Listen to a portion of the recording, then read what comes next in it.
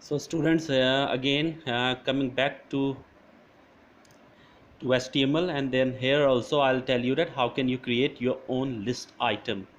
Okay, to create your own list item, so this is a code, and what I'll do, I'll just copy this code from here, and here I copy, I'll move to a notepad. Okay, so here I move to a notepad. What I'll do, I'll just paste it here. Okay, and let me increase the font size. Let me make it 20 so that you all can understand it. So now this was my code. Okay, now it is visible to you. So here HTML is a tag which I have used whenever we are creating any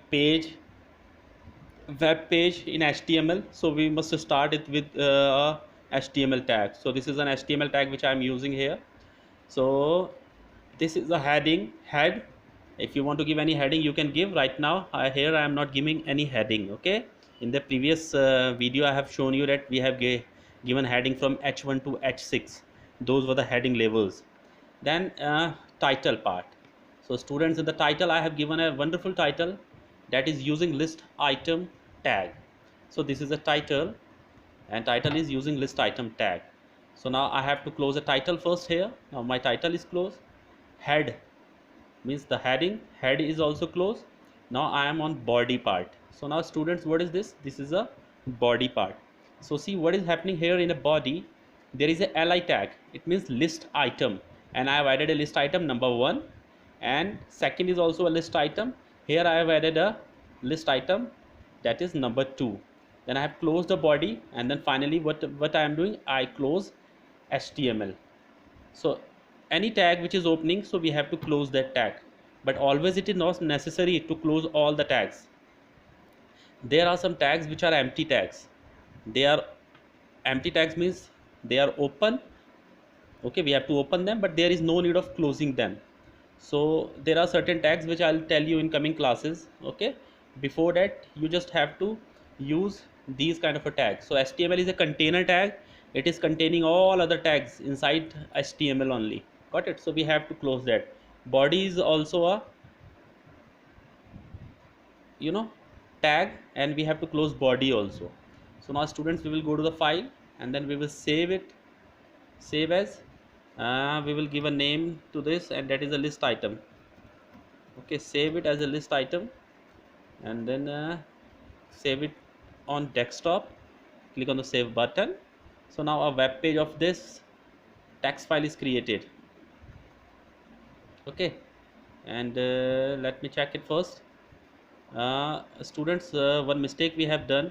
So I haven't saved it with the name list item dot html. So to create a web page of any text file, we have to save it with a dot html extension. Remember this thing. Okay, so I'll save it first now, then I'll move back to my desktop area, and here see it is available.